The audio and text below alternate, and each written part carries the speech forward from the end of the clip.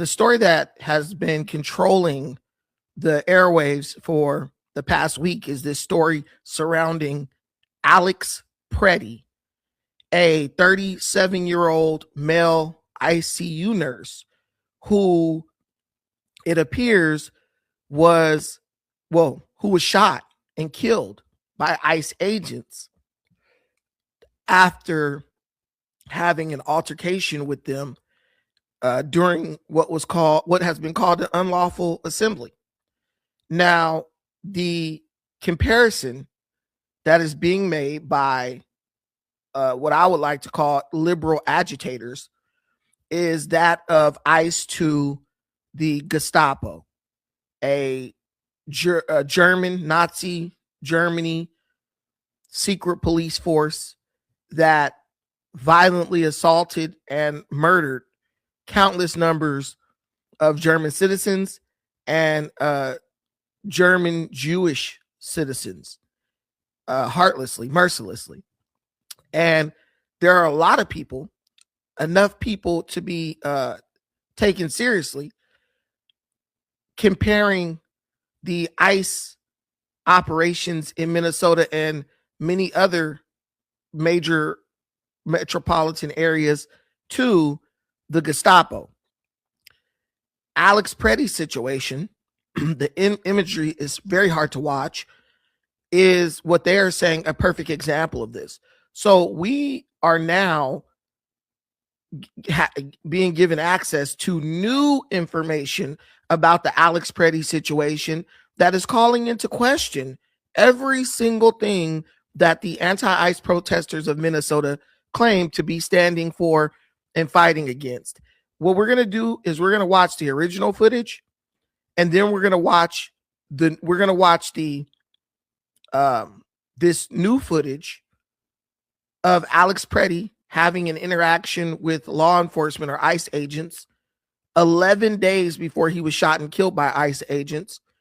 And then we're going to watch an alternate angle showing a different viewpoint or vantage point of that interaction.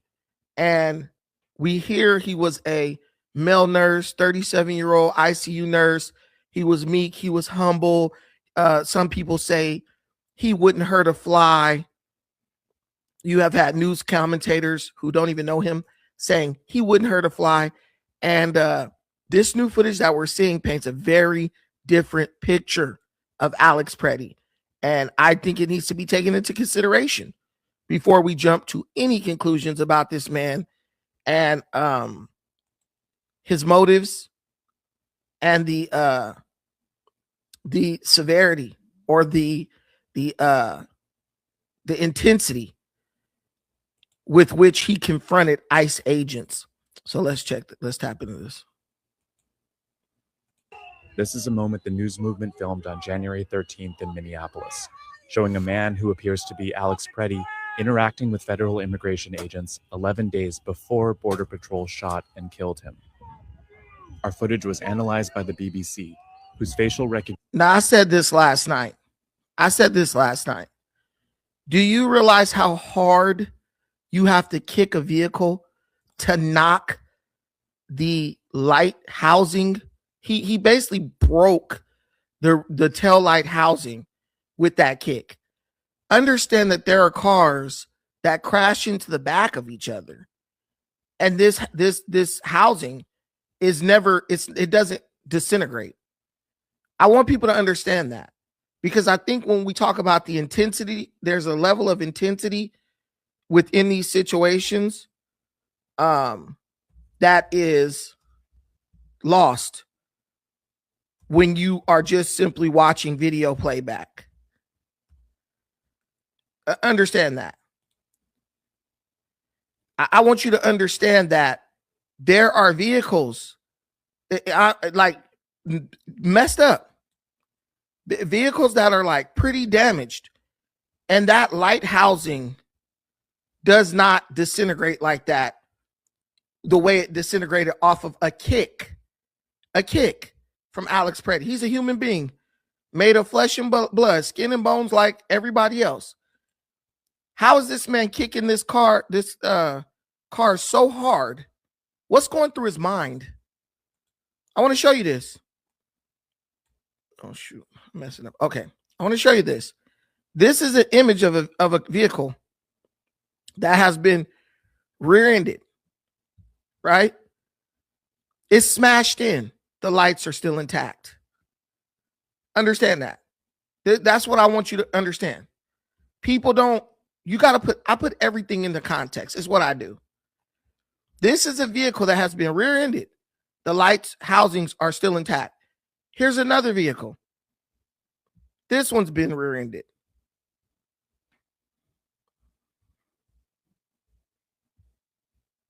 The light housing is still intact to a certain extent. But this is like totally smashed from behind, right? How hard, this is an SUV, how hard did this man have to kick that car for that light housing to just disintegrate? You can see it time and time again. Cars being hit from the back. I'm trying to find the really smashed up ones. Cars being hit from the back. The light housing is still intact.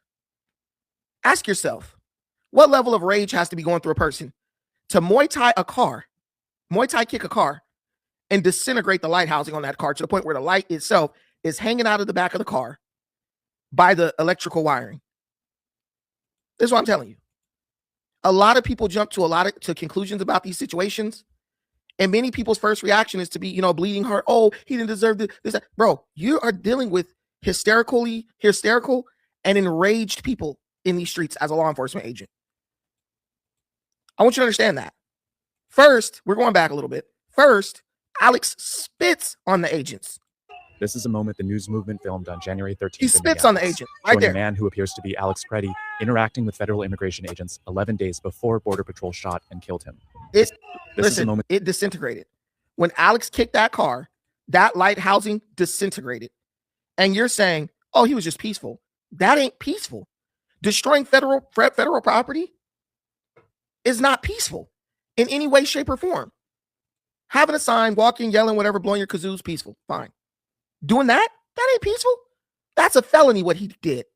With federal immigration agents 11 days before Border Patrol shot and killed him.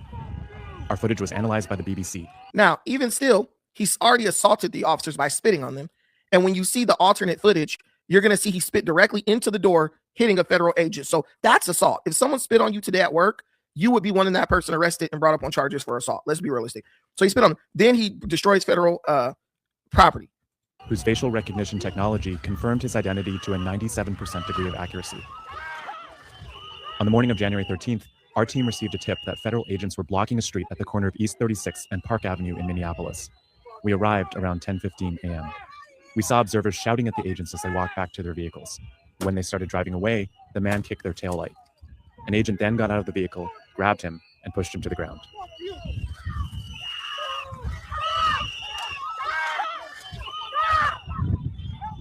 During the altercation, agents fired tear gas and pepper balls into the crowd.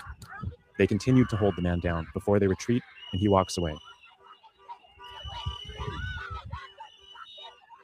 The man in our footage is wearing a similar outfit to what Pretti was wearing. So Pretti's destroying property. He's spitting on ICE agents. And this lady right here is just going absolutely ape shit. Oh, F you. Like, these people are like, I'm telling you, the way these people are behaving can only be described as like demonic. Listen to this lady. He walks away. The man in our footage is wearing a similar outfit to what Pretti was wearing on the day he was killed. I don't see Pretti being beaten. I don't see Pretti being kicked. I don't see Pretti being assaulted. I see ICE agents putting Pretti on the ground after he destroys federal property. Really, it looks like they were just holding on to him to calm him down because he was just melting down. And then Pretti gets up and runs off. They don't even chase him. What appears to be a gun is also visible above his waist. Now, mind you, Pretti has a gun in this interaction. So they grab him, they put him on the ground, he jumps up, he runs off. He has a gun. Wearing a similar outfit to what Pretti was wearing on the day he was killed. What appears to be a gun is also visible above his waist. You can see the gun clearly. What appears to be a... There's the gun right there on his right hip. Gun. There's the gun sticking out the back. Now, if you go to the footage of when Pretti got shot, go watch where Pretti reaches behind him to. If you look at the way Pretti reached back during the interaction where he was killed, he was clearly reaching for a gun. He didn't realize he had been disarmed, because this one looks like it's stuck in a secret holster, like for concealed carry. He was reaching back when he died, as if he was reaching to that exact spot to get his gun. And that's why I'm making, you're more than welcome to come up. They murdered him. They murdered that guy. And this is where, you really have to start questioning people's sanity, right? They're looking at this situation and they're like, yeah, they murdered that guy. But people would care if he got killed. If the ICE agents got killed, no one cared. Antoine Mickens, when a sniper shot at them, when a woman attempted to run them over with her car in Chicago, none of these people said a word. They were silent. And that's what I always look for. If you're silent about when one side's life is in danger, you're silent. And then when the other side's life gets put in danger, you're vocal. That's when I know you're biased. You're just picking sides. You're not doing it because you're virtuous or moral or you have a love of life and all that. You're doing it because you just value one side over the other and you feel like that side represents you. But in order for you to look at Alex Pretty's murder, the death like a murder, you have to feel like he represents you. And I'm trying to figure out, in what way does this balding white man with a gun acting crazy in the middle of the street represent me or anybody else? Alex Pretti represents him and the hysterical, radical terrorist that he's out there with. What part of the American dream is what he's doing? If you tell me what he's doing is peaceful protest, I will say he got murdered. He was murdered. But what Alex Pretti is doing is not peaceful protest. It went far beyond that the minute he started spitting on people, kicking cars and whatnot. And yet he still walked away from this situation. So ICE is the Gestapo. ICE is murderous. All they want to do is kill American citizens. Yet Pretti walked away with his gun, with his bald spot, and was able to run 5 feet away, turn around, and start back doing the same crap. That's not, whatever you say, that's not convincing me that ICE is this murderous Gestapo group. It looks to me like they're dealing with some very crazy people. My question to you is, where's the Minneapolis PD that's supposed to be protecting these people and the ICE agents? Antoine Mickens, where's the Minneapolis PD that's supposed to be keeping these people back and keeping them from interacting with the ICE agents since he was murdered? Do you have any explanation for that? I'm with you today. Where is the Minneapolis PD? No one's going to have an answer for that. Is also visible above his waistband. Oh, wait. They've been told not to do their job by Tim Walz and Jacob Fry. Mind you, if Alex Pretti was having multiple interactions of this nature with ICE, it was only a matter of time before someone got shot or killed. And that is exactly what Tim Walz and Jacob Fry knew. And that's exactly what they wanted to happen. They know if you keep having interactions between hysterical, charged up protesters and armed ICE agents who are trying to do their jobs, right? There's eventually going to be some blood spilled. And that's exactly what they were waiting for, in the hopes that it would trigger a George Floyd style revolution or like uprising in that city. But to date, it hasn't worked.